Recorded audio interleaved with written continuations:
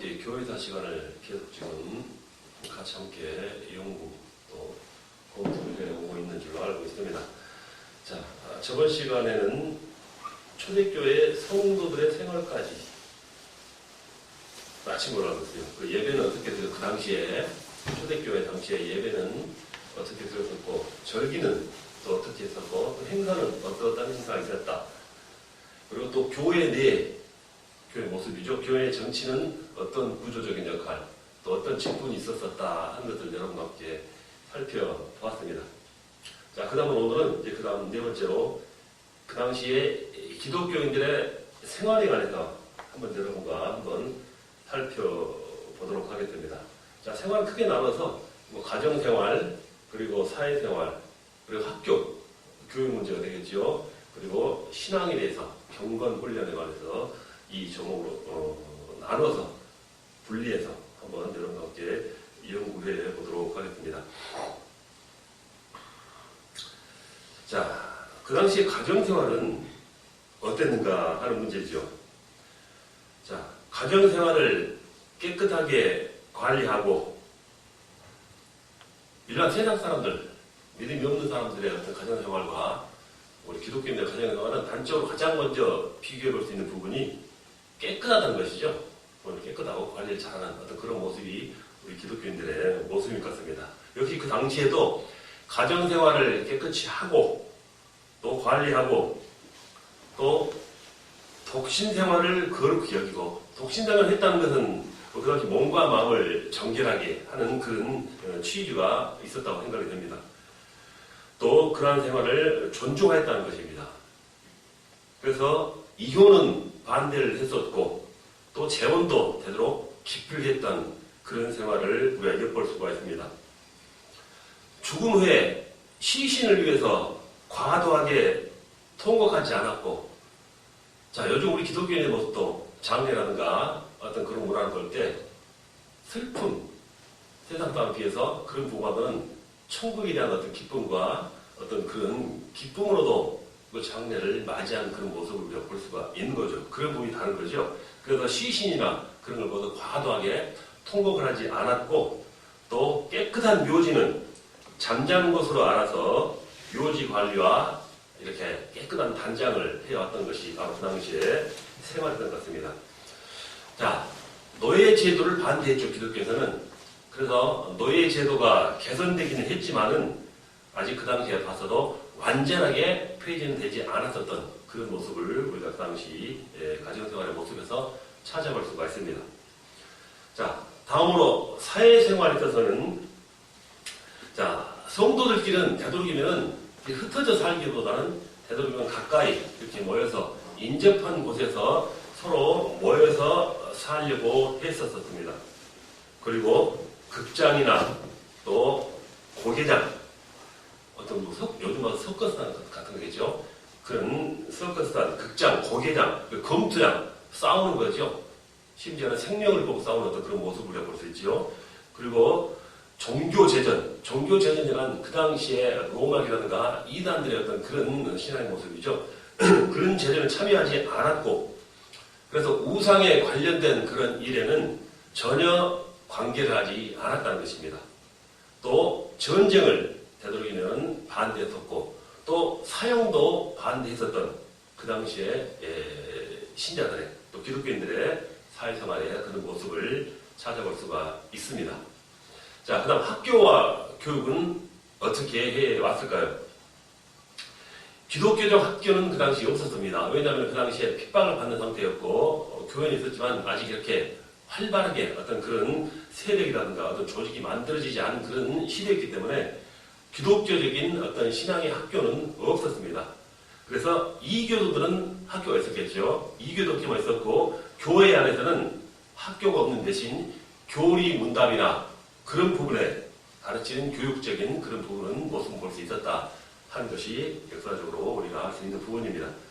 자, 그리고 신앙 경건 훈련에 관해서는, 자, 주일 예배, 그리고 수요일과 금요일에는 오후 3시까지 금식을 했었던 어떤 그 신앙인들의 모습을 볼 수 있습니다. 자, 매일 기도하는 것, 밤에 기도하는 것, 그리고 어려운 어려운 사람들을 돕는 자선회행이들을 한 그런 신앙적인 경건한 모습을 또 그런 훈련을 받는 것을 우리가 찾아볼 수 있고요. 침례, 세례죠. 그 당시 침례를 받았기 때문에 침례를 받게 하기 위해서는 대개 3년 동안 교육을 시켰습니다. 굉장히 요즘에 비해서는 오랜 훈련이라고 볼 수 있겠죠. 자, 그래서 침례 기간을 침례 준비반이라고 해서 이렇게 어떤 그룹이나 그런 조직을 만들어서 관리를 해왔습니다. 그래서 이 시간에, 이 견해 이제 침례 준비자들은 기독교, 아까 교리 문답 같은 거 있었죠. 기독교 교리에 관한 어떤 그런 신앙적인 어떤 부분에 있어서 교훈을 받았으며, 교육 중에 자기들의 신앙생활 속에서 자기들의 신앙된 참된 모습을 이렇게 증거할 수 있는 모습을 보여주었어야만 했었습니다. 세례받기 전에. 자, 그래서 이 침례 지원자들은 또한 3등분으로 구분을 해서 청자, 즉 듣는 어떤 그런 위치겠죠. 성경 과목만 듣는 과목과 설교만 듣는 자, 청자죠. 그 다음은 괴자라고 해서 기도할 능력이 있는 자, 그리고 진자, 주의 만찬에 참석할 수 있는 자, 그러니까 세 가지로 등분을 했었습니다. 자, 청자, 괴자, 그렇죠? 청자, 괴자, 진자, 이렇게 3등분 나눠서 이렇게 달리 가르쳤던 그런 모습을 볼 수가 있습니다. 자, 그래서 이들은 이렇게 교육과 시험을 통과한 후에 침례를 받고 침례자는 침례자 명부에다 이름을 올렸던 당시의 어떤 그 신앙 경건 훈련의 모습을 볼 수가 있습니다. 자, 이렇게 침례 받는 자는 침례와 함께 모든 죄가 이제 제거되었다라고 했습니다. 그래서 침례 후에 지은 죄에 대해서는 사할 수 있는 죄, 즉 회개하거나 어떤 감독에 안솔아서 사할 수 있는 그런 죄가 있었고, 사할 수 없는 죄, 사할 수 없는 것이었대요. 죄를. 그 뭐냐면은 살인, 배신, 간통이나 이단, 분파 이런 부분이 있었던 죄를 살 수 없는 죄로 이렇게 분리를 했었습니다. 자, 또 죄에 따라서 1년 혹은 또 15년이나 20년 동안 회개를 거듭함으로써 사해지는 죄가 있고, 또 교회로부터 이렇게 파문당한 자죠. 파문당한 자는 영원히 회복할 수가 없다라고 이렇게 정해놓고 있었다는 것입니다. 자, 이처럼 신학교회죠. 그 당시 신학교회 이후의 성도들은 이렇게 성경에 언급되지 않은 여러 가지 인간들의 규제에 의해서 점차 이렇게 하나씩 얽히게 되었다는 것입니다. 자, 지금 방금 말씀드린 죄에 관한 문제, 이런 것도 성경적이지 않는 부분이 분명히 있는 것입니다. 자, 이렇게 성경에 언급되지 않은 그런 내용들을 여러 가지 인간들 생각의 규칙을 하나하나 도입해서 실천해 나갔다는 것입니다. 자, 이렇게 그 당시에 신앙 경건 훈련에 관한 그 당시의 모습들을 우리가 살펴볼 수가 있는 것입니다. 자, 이렇게 지금 여러분과 말씀드린 대로 기독교인의 일반 생활, 가정 생활, 그리고 사회 생활, 그리고 학교와 교육, 그리고 신앙 경건 훈련에 관해서 어떤 모습으로 그들이 행해 나갔는가 하는 것을 여러분과 한번 잠시 살펴보았습니다. 자, 다음에는 제9항목으로 가겠습니다. 큰 항목 되겠어요.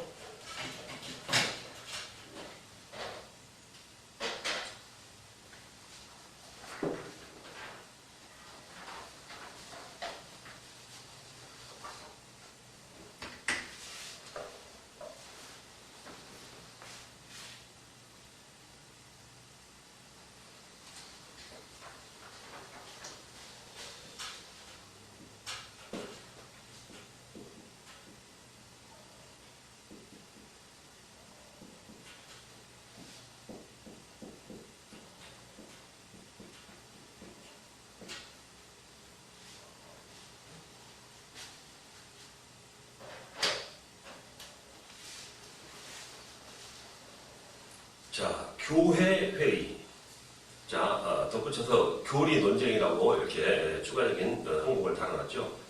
자, 교회 회의란 종교 지도자들이 모여서 어느 장소에 모여서 이렇게 교회에 관한 문제를 가지고 서로 상반되는 의견이 충돌하는 부분이 있다든가 아니면 서로 다른 의견을 이렇게 모여서 회의를 하는 어떤 그런 모습을 우리가 볼 때 그걸 일컬어서 우리가 교회 회의라고 그러죠.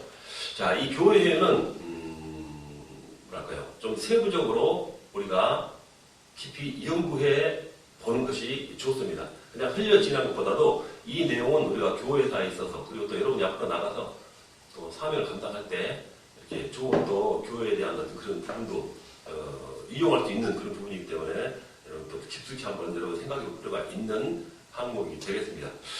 자, 신약 교회 후 초대교회 시대까지는 이렇게 세계적인 기독교회가 아직 없었습니다.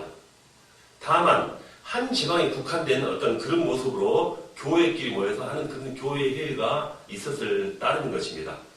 그래서 3세기까지는 카르타고, 로마, 알렉산드리아, 안디옥 등 그런 부분에서 지방대 어떤 규모로 회의가 열렸고 4세기 초까지 지방대까지 이런 회의가 점점 더 확산이 되었습니다. 그러나 주후 이제 313년이죠. 예수님이 오시고 나서 313년 후에 콘스탄틴 대제가 기독교를 공인한 후부터는 이제 그 당시부터 세계적인 교회가 열리기 시작한 것입니다. 그래서 313년부터 500년까지 초대 교황이죠. 500년에 초대 교황 그레고리 1세죠. 자, 1세가 즉위할 때까지 교회 회의는 여러 차례 거듭이 되어 온 것으로 알고 있습니다. 이렇게 교회 회의가 지내왔던 큰 틀로 지금 여러분과 함께 알아보고 있는 그런 부분인 것입니다.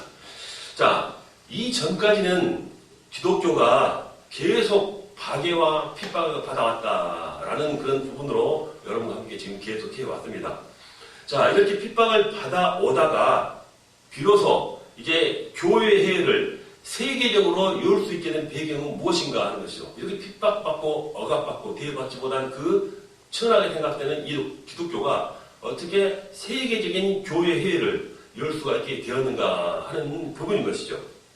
자, 그것은 콘스탄틴 황제를 비롯한 모든 로마 황제들이 기독교를 정치적 목적으로 이용하려는 또 다른 어떤 그런 목적이 있었기 때문에 이런 교회회의가 또한 이루어졌다라는 것을 볼 수가 있습니다.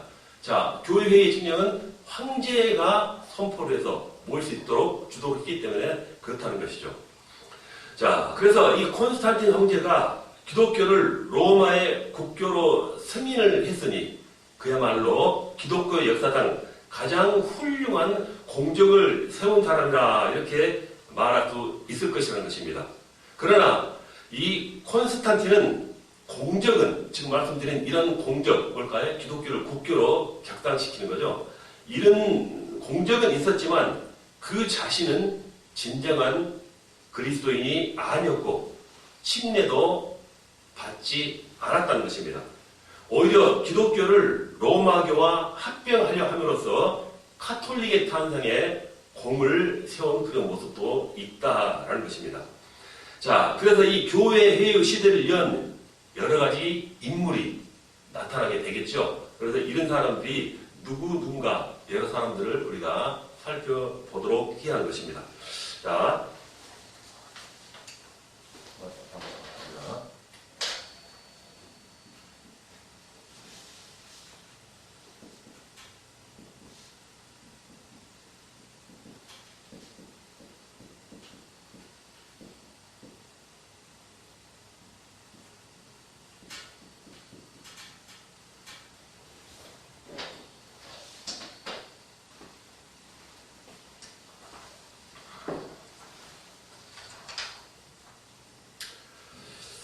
자, 이 교회회의에 관해서 우리가 나눌 때는 여러 가지 인물들의 어떤 이름이 많이 나오죠. 근데 그 인물들이 우리나라가 한글이 아니기 때문에 얼른 입에 돌아가지도 않고 귀에 쏙쏙 들어오지도 않은 그런 부분이 있을 거예요. 그렇지만 그 이름은 또 현실적인 거기 때문에 그 이름 그대로 우리가 한번 불러보도록 하겠습니다. 자, 데키우스와 발레리안 황제의 박해후. 자, 아까 말씀드린 대로 콘스탄틴 대제가 기독교를 국교 삼았다 하는 그 부분까지 말씀드렸죠. 그러니까 그 이전의 황제들은 네로 황제부터 계속 기독교를 억압하고 박해했다라는 그런 황제들로 우리가 택하면 되겠죠. 자, 이 데키우스와 발레리안 황제의 박해 후에 상당 기간은 그래도 조금 비교적 평온한 시대를 보냈습니다. 그러다가 디오클레티아누스 황제 때 가장 극심한 박해가 발생했다라고 우리가 전전전 시간에 우리 박해했던 그 로마 황제들을 이렇게 몇 단계 구분해서 우리가 연구한 적이 있었죠. 그 얘기를 다시 하고 있는 것입니다. 자, 이 시기의 박해는 기독교 최대 박해 기간이었다라고 우리가 말씀을 드립니다. 자, 그래서 이 디오클레티아누스 황제는 제국을 정비하고 그리고 또 새로운 번영을 기할 목적으로 로마 전체를 4명의 황제가 이렇게 분할 통치하도록 했습니다. 그래서 동방은 방금 말씀드린 이 디오클레티아누스가 자신이 맡고 서방은 막시미안에게 맡겨요. 막시미안에게 맡겨서 어거스틴이라 하여 이렇게 아우구스투스죠. 아우구스투스라고 하는 그 어거스틴이라 해서 일종의 대제와 같은 책임을 행사를 했습니다. 그리고 그 대제 밑에는 시제라고 그러죠. 가이사를. 예수님께서 마태복음에서 가이사 것은 가이사께, 하나님 것은 하나님께 하겠죠. 그걸 말하고 있는 거예요. 자, 그 밑에 대제 밑에 시죠. 카이사라는 명칭이죠. 이 부제의 일을 맡겠다는 것입니다. 자, 그래서 이 동방의 디오클레티아누스 밑에는 갈레리우스가 부제였습니다. 부제. 그리고 서방의 막시미아 밑에는 콘스탄티우스 클로루스가 부제였습니다. 우리가 잘 알아야 할 것은 콘스탄틴 클로루스에 대해서 우리가 다시 한번 설명할 기회가 있을 거예요. 자, 이 디오클레티아누스 황제는 제국의 분열과 이렇게 내란을 또 그리고 권력을 분할로 막아보려고 했으나 이 일을 시도했지만은 그 소망은 이루지 못했습니다. 자, 박해는 아내 프라스카와 딸 발레리아가 모두 기독교인 성도였는데도 자기 밑에 있는 갈레리우스 부제의 사주로, 아까 시제라고 했지, 가이사, 그걸 부제라고 하는 거예요. 그러니까 부제의 사주로 기독교인들도 엄청난 박해 명령을 내린 것부터 시작이 되었습니다. 자, 그래서 303년에 이 디오클레티아누스 황제 칙령이 선포되어 가지고 교회 건물이 파괴되고 기독교 서적들은 불탔으며 기독교 신자들은 성도들은 일체 공직에서 파면이 되었습니다. 자, 그래서 많은 이렇게 기독교 성도들이 황제의 명을 거부함으로써 고문과 처형도 자행이 되었습니다. 자, 이 무렵 황궁에 2차례 화재가 발생했었지요. 그래서 이 불을 저지른 범인이 기독교인이라고 뒤집어 씌운 이 갈레리우스 부제죠. 갈레리우스는 디오클레티아누스 황제로 하여금 더 큰 박해 명령을 내리도록 강요했다는 것입니다. 자, 황제에게 안 됩니다. 이 기독교인들을 이대로 둬서는 안 됩니다. 더 힘들게 박해해야 한다라고 이렇게 자꾸 건의했다는 것입니다. 황제에게. 자, 그래서 이 기독교 성도들에게는 또 이교의 제사를 지내도록 이렇게 명령까지 했다라는 것입니다. 자, 그래서 이 디오클레티아누스 황제도 모든 기독교 지도자들을 체포하고 또 기독교 성도들에게는 방금 말씀드린 이교도들의 제사를 드리도록 강요를 했습니다. 자, 이렇게 되자 많은 기독교 성도들이 압력에 어쩔 수 없이 굴복해서 배교자가 되었고 또 소수는 잔인한 고문과 악독한 방법을 견디지 못해서 또한 처형당하는 그런 지경에 이르렀다는 것입니다. 자, 그리고 이제 그 후 305년에는 이 디오클레티아누스와 그 말씀 다 동방과 서방을 지배했던 디오클레티아누스와 막시미안이 퇴위를 하고 그 부제죠. 이 두 사람의 두 황제의 부제였던 갈레리우스와 콘스탄티누스 클로루스가 이 두 사람이 대제가 된 거예요. 자, 그리고 이 두 부제 중에서 콘스탄티누스 클로루스 아들 콘스탄틴이 서방 부제가 되고 또 갈레리우스 아들 막시엠투스가 동방 부제가 됐습니다. 자, 두 위의 황제가 물러나고 그 부재였던 그 부재 다시 이제 황제, 저 대제의 자리에 오르고 그 대제의 후손이 또 그 부제의 자리를 맡게 됐다라는 것 지금 말씀드리고 있는 것입니다. 자, 이제 또 그 갈리오리우스가 주 311년에 죽자 로마 제국은 이제 대제 콘스탄틴 그리고 방금 말씀드린 막센티우스와 그리고 부제 리키누스 그들의 부제입니다. 방금 말씀드린 누구냐면은 자 콘스탄틴하고 막센티우스의 부제죠. 리키누스와 막시미누스에 의해서 넷으로 분할이 됩니다. 그런데 서방 제국을 장악하려다가 결국 콘스탄틴과 막센티우스의 전쟁으로 압축되죠. 결국 동방과 서방이 서로 싸워서 하나의 권력을 창출하려 했다라는 것입니다. 자, 그래서 결국 콘스탄틴과 막센티우스의 전쟁으로 압축이 된 것입니다. 그래서 두 사람은 결국 313년에 10월 28일에 이탈리아의 밀비안 다리 위에서 싸우다가 막센티우스가 물에 빠져서 죽고 맙니다. 이로써 콘스탄틴이 제국의 전체 주인이 되는 것입니다. 자, 그래서 이 막센티우스를 이긴 콘스탄틴은 리키니우스와 313년에 밀라노에서 만나서 전쟁을 중지하자 하는 그 동맹을 맺습니다. 그리고 밀라노 칙령을 내려서 주후 313년에 이제 기독교의 박해 종식을 가져왔다는 것입니다. 자, 황제에 의한, 즉 콘스탄티누스죠. 콘스탄틴이죠. 이 콘스탄틴 황제에 의한 최초의 기독교 박해는 주후 64년에 네로 황제로부터 시작해서 250년간 계속되었고 말씀드린 주 313년에 가서야 그 박해가 끝이 난 것입니다. 자, 이로써 기독교는 더 이상 황제의 정치적 박해는 받지 않게 되었습니다. 자, 실로 총력적인 대박해 후에 온 승리였다라는 것입니다. 자, 이렇게 박해 후에 온 승리, 이제 기독교는 이제 국교로 격상을 해서 새로운 역사를 맞이하게 된 그런 시기가 다가온 것입니다.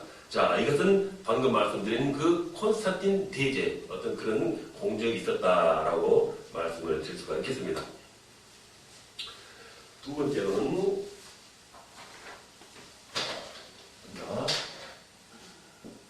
방금 말씀드린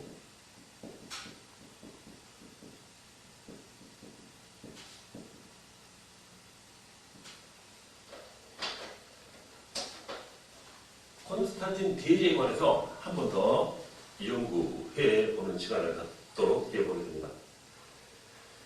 자, 왜 기독교가 박해를 당했었고 언제부터 박해를 당했었고 어떠한 역사적인 변화에 의해서 어떠한 그 황제들 또 그리고 그 왕권이 이루어지는 과정에서 정치적인 어떤 현상이 되겠죠. 그런 현상에 의해서 어떤 사람에 의해서 이렇게 기독교가 다시 박해를 벗어나고 국교로 이렇게 이루어지게 됐다 하는 것을 지금 말씀드린 것입니다. 자, 그 중심적인 인물이 방금 콘스탄틴 대제였다라고 말씀드렸습니다.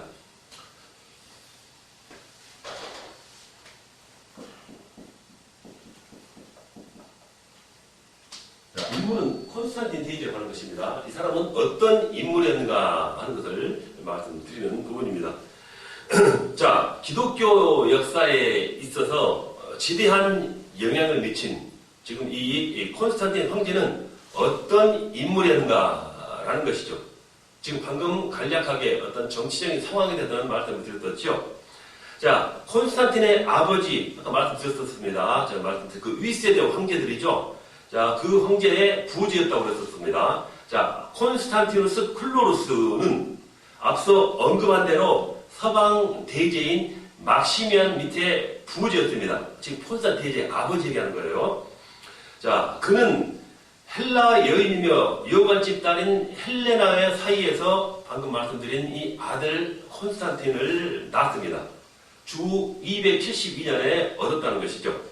자, 그래서 이 콘스탄틴은 기독교 성도인 어머니 헬레나의 영향을 받고 소년기로 성장을 하게 됩니다. 자기 어머니 헬레나는 기독교 신자였다는 것이죠. 자, 그런데 이 콘스탄틴이 당성했을 때, 자, 성장했을 때 아버지 콘스탄틴 클로루스는 정치적 목적으로 지금 콘스탄틴의 어머니인 헬레나와 이혼을 하고, 자, 대제 막시미안의 딸인 파우스타와 재혼을 했습니다. 그런데 그녀 역시 기독교인이었다라는 것입니다. 그러니까 콘스탄 주위에는 이렇게 기독교적인 어떤 그런 부분의 인물들이 주위에 있었다라고 생각을 할 수 있겠죠. 자, 그러나 콘스탄틴은 자신의 모친들의 신앙적인 어떤 그런 관호보다는 오히려 부친의 영향인 막강한 군인이 되고자를 하는 그런 길을 더 원했다는 것입니다. 자, 어머니는 기독교, 그리고 아버지는 어떤 군인이었기 때문에 어머니의 기독교 어떤 그런 정신 영향을 받기보다는 막강했던 군인이 되고자 하는 아버지의 어떤 성향을 더 받기 원했다라는 것이죠. 그리고 자기가 차후에 이제 대권을 장악하면 기독교를 통해서 국가 발전에 도움을 받을 생각을 할 정도로 기독교에 호감을 가진 것입니다. 자, 그는 바라볼 때 기독교인들이 정직한 어떤 그런 무리들이고 건전하고 균형 잡힌 삶을 사는 이들이며 하나님께 대한 어떤 그런 충성심이 대단히 강하므로 그것을 황제를 향한 충성심으로 선용하면 큰 도움이 되리라 이렇게 믿었다는 것입니다. 아까 말씀드린 그가 밀비안 다리에서 반대파죠. 적장 막센티우스와 싸우기 전에 그가 하나님으로부터 계시를 받았다 하는 전설이 전에 오지요. 자, 콘스탄틴이 꿈속에서 기독교의 상징인 십자가를 군사들의 방패와 그리고 군기에 부착하면은 승리한다라는 그런 계시를 받았다는 것입니다. 이 십자가는 어떻게 보면은 기독교의 십자가기보다는 다른 바벨론 쪽의 어떤 종교에 사용됐던 거기도 물론 십자가가 있었습니다. 그런 의미의 십자가를 그렸다는 문형이 또 이렇게 후에 또 다르게 해석되기도 하죠. 자, 혹자는 이것이 콘스탄틴의 회심의 계기가 아니었을까라고도 상상하지만 그는 평생 동안 태양신도 섬기고 기독교도 이용한 것을 보면 완전한 기독교 신자는 아니었던 것으로 보는 것이죠. 자, 그는 평생 동안 침례를 받지 않다가 드디어 죽기 직전에 급한 나머지 임종 침례를 받았습니다. 자, 침례 받고 나서 죄를 지으면 속죄 받을 수 없다는 가르침을 받고 또 인생 말기에 이렇게 침례를 받았다라는 그런 역사적인 사실이죠. 자, 그는 분노를 억제하지 못해서 장자를 죽이고 또 그의 아내도 죽이는 그런 큰 잘못을 저지르는 등 단점도 많았지만은 정치적인 역량은 대단해서 놀라운 공적들을 많이 남긴 어떤 그런 인물로 평가를 받고 있는 것입니다. 이것이 바로 콘스탄틴 대제의 어떤 그런 인물에 관한 그의 모습들을 우리가 살펴본 것입니다. 자, 두 번째는 그의 업적에 대해서 한번 살펴보도록 하겠습니다.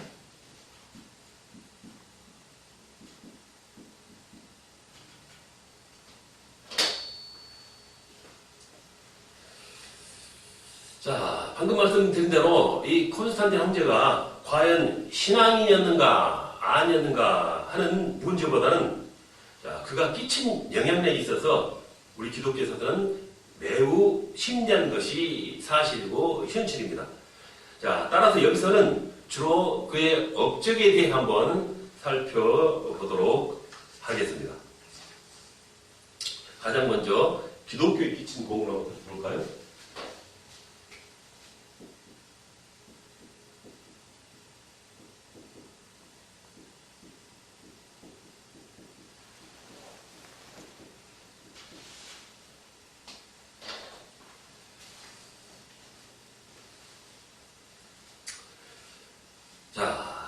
이 콘스탄틴은 자신이 기독교의 보호자라고 하는 그런 보호자임을 자기가 자인하였습니다. 스스로 인정한 것이죠. 자, 그러나 그가 평생 동안 태양신을 버리지 않고 로마 교회의 대사제로서 기능을 다 한 것을 보면은 그가 꼭 기독교 신자는 아니었음을 우리가 알 수가 있습니다. 자, 그렇지만 기독교의 하나님으로부터 전쟁에서 도움을 받고자 하는 기대를 갖기도 하고 또 기독교의 호의적 정책을 펴는 것은 사실입니다. 자, 그래서 이 콘스탄틴의 입장에서 보면은 크게 대단한 문제는 아니었으나 기독교 입장에서는 여러 가지로 큰 사건들이 많았다라고 우리는 그런 시각으로 바라보고 있는 것입니다. 자, 먼저 전에 디오클레티아노스 황제 때 몰수했던 기독교를 핍박했던 세대죠. 그 윗세대 황제들이겠습니다. 이 디오클레티아노스 황제 때 몰수했던 교회 재산을 되돌려 주도록 하였고 또 스페인의 코르스도바의 감독인 호시우스를 황제 자문역으로 삼아서 황제와 기독교자들을 연결시키는 역할을 하도록 했다는 것입니다. 자, 자기의 어떤 그런 자문을 맡을 사람을 교회 감독을 이용해 삼았다라는 것이죠. 그만큼 기독교를 자기 가까운 곳에 두어서 함께하는 어떤 그런 제도를 펼쳤다는 것입니다. 자, 또한 모든 성직자들에게는 세금 감면과 군대 징집 면제 등을 시행함으로써 우대하였습니다. 자, 이 때문에 이 콘스탄틴은 원로로부터 강한 반발을 받았죠. 자, 원로 입장에서 볼 때는 너무 편파적으로 기독교에 대해서 이렇게 좋은 어떤 대우를 해주니까 거기에 반발이 있었다는 것이죠. 자, 그는 자기의 그 크나큰 권위로서 그러한 원로원을 억누르고 앞으로 나간 것이죠. 그리고 로마 화폐에다가 기독교의 그리스도의 이름을 상징하는 표시와 그리고 아울러 로마의 예신들을 상징하는 것을 함께 새기도록 했다라는 어떤 그런 기독교의 이렇게 어떤 그 뭐랄까요? 어떤 그 문화적인 아니면 어떤 그런 부분을 이렇게 자기들의 화폐에 심도록 했다 하는 부분이 되겠죠. 자, 그러나 로마 예신들의 상징을 함께 새겼다는 것은 아직 그가 완전한 기독신과 신자는 아니라 하는 그 또 이유가 또한 되겠지요. 자, 또한 제1차 세계교회회의를 니케아에서 열도록 해서 황제가 자신이 직접 그 회의를 소집했다라는 것도 그의 하나의 업적이 되겠습니다. 자, 그래서 이 회의는 지금 오늘날까지도 영향을 끼치는 중요한 결정을 내려서 지금 우리 시대까지 시행하고 있는 부분들이 있습니다. 자, 그 중에 몇 가지를 알아본다면은, 자, 첫째로, 태양 숭배신이 지존의 존재에게 경배하듯 일요일을 기독교의 예배일로 정하도록 했습니다. 당시에 태양 숭배일이 있었다는 것입니다. 그 경배를 그날의 일요일을 지켜서 기독교의 예배일로 지정하도록 했다는 것입니다. 자, 그래서 주일이 공식적으로 지켜지고, 자, 기독교 신자가 아니더라도 공휴일로 보내도록 정한 어떤 그 업적을 우리가 볼 수 있습니다. 전에는 안식일과 주일 중에 이중으로 예배를 드리는 관행을 이 콘스탄틴이 하나의 날 선택해서 일어나시켰다 하는 것도 그의 하나의 업적 중에 하나가 되겠죠. 자, 두 번째로는 콘스탄틴은 예수 그리스도의 탄생일을 12월 25일에 태양신 예배날, 당시 뭐 동짓날이 되겠죠. 태양신의 탄생입니다. 그 날로 정한 것입니다. 그 전에는 주연절로서 1월 6일에 지키던 것을 이교도의 그 축하날로 옮기자. 이교도 또한 역시 반대하지 않고 그대로 받아들였다라는 것이죠. 주연절이라는 이렇게 예수님의 오심을 또 출현을 이렇게 축하하면서 기다리는 절기를 우리가 주연절이라고 그러죠. 자, 이렇게 일요일이 지켜지고 주일이 지켜지고 또 탄생일이 새로 재현됐다 하는 것도 이 콘스탄틴의 하나의 업적으로 우리가 지금 기록하고 있는 것입니다. 자, 그리고 또한 셋째로는 부활절은 3월 춘분을 지나서 3월달 춘분을 지나서 만월이 지난 다음 첫 주일로 정해서 부활절을 지켜오도록 했다라는 것도 이 콘스탄틴의 크나큰 하나의 업적의 영향이다라고 우리가 알아볼 수가 있겠습니다. 자, 네 번째로는 세계 역사를 예수님의 탄생 전 AD라고 그러죠. BC, 비포라고 그래요. BC, before the Christ니까 BC, 그리고 주후 AD, after Domini. 자, 이런 어떤 그런 어떤 그 시대적인 구분을 예수님의 탄생 어떤 그 시점을 해서 그 앞과 뒤로 구분했다라는 것입니다. 자, 그래서 이 사항을 전 세계적으로 역사 문서에 기록하고 이 연대를 로마 전 지역에서 사용하도록 했다 하는 것입니다. 그래서 기원 전, 기원 후의 용어를 이제 신학계와 사회에서 사용하는데 이 역시 예수님이 출생하신 원년을 그 기원으로 했다라는 것도 이렇게 콘스탄틴의 하나의 어떤 그 업적이라고 우리가 바라볼 수 있겠습니다. 자, 그 외에도 그 생모인 헬레나가 성지 예루살렘을 방문하고 예수님의 처형지죠. 처형지, 세계 십자가 있는 것을 발견했다 하면서 예루살렘 성전산의 성묘교회, 그리고 베들레헴의 성탄교회, 그리고 또 나사렛의 마리아 수태 기념교회를 국고금, 어떤 그 나라의 재산이죠. 국고금 지원하에 건립하기도 했다라는 것입니다. 자, 그가 330년에 이탈리아의 로마에서 터키의 콘스탄티노플, 오늘날의 터키의 이스탄불이죠. 이쪽으로 천동할 때, 즉 수도를 옮길 때 안에 소유였던 로마의 라테라 궁을 교회에 기증하기도 했습니다. 자, 이 궁이 오늘날 교황청 바티칸 궁의 기초가 됐다라고 우리가 전했죠. 자, 그리고 콘스탄틴 황제가 교황들에게 이제 서방 전체를 다스리도록 권한도 부여했다고 주장을 합니다.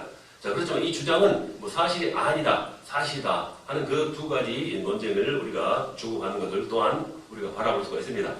자, 아무튼 이렇게 기독교인들에게 여러 면으로 선심을 썼기 때문에 콘스탄틴 황제가 기독교인 황제였다고 생각하기 쉽습니다. 자, 콘스탄틴은 그가 대권을 장악한 후에 그 후에 이교도들의 쇠퇴를 가져오고 기독교에게 선심을 쓰는 황제이긴 했으나 또한 그 반면에 그는 교활한 어떤 그런 정치가로서 정치적 야망을 위해서 이렇게 기독교를 이용한 것이었다라고 우리가 바라보는 것입니다. 자, 그것은 그가 로마 제국의 수장으로서 대사제의 칭호와 또 그 임무를 다 했으며 또한 그 사후를 계승할 세 아들들을 신으로 선포한, 저 어떻게 아들들의 신으로 선포할 수 있겠습니까? 아니죠. 이 신으로 선포한 원로원의 그 행적, 원로원의 소행이라고 했죠. 그 원로원 소행을 그대로 수행한 데서 그 증거를 볼 수가 있다는 것입니다. 어떻게 자기 아들을 신으로 이렇게 호칭한 그 원로원을 받아들일 수 있겠습니까? 진실한 기독교인이라면 그러한 일이 있을 수 없는 것이죠. 그렇지만 그것을 그대로 수용했다는 것입니다. 그러한 데서 그가 진실한 기독교는 아니었다라는 증거를 바라볼 수 있는 것이죠. 자, 이렇게 기독교에 끼친 공헌을 우리가 한번 알아보았습니다. 자, 그래서 두 번째는 황제로서의 업적은 어떻게 이루어진가 하는 부분이죠.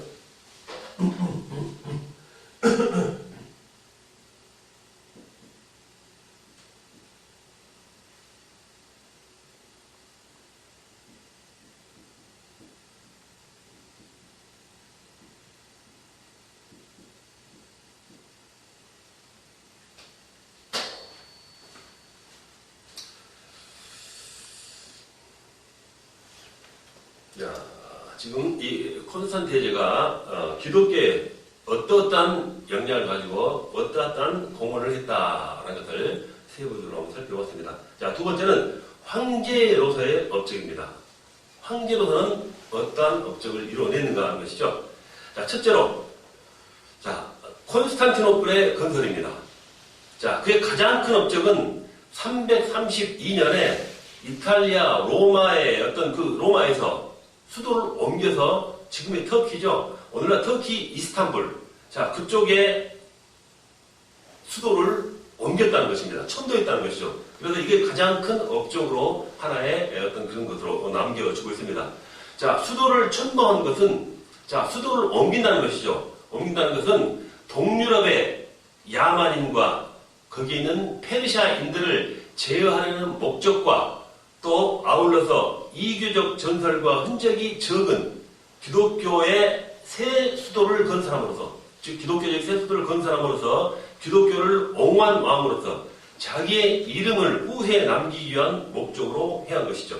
자, 자기 이름에 비싼 콘스탄티노플이라고 수도를 지으면서 옮겼다라는 부분에서 알 수가 있는 것입니다.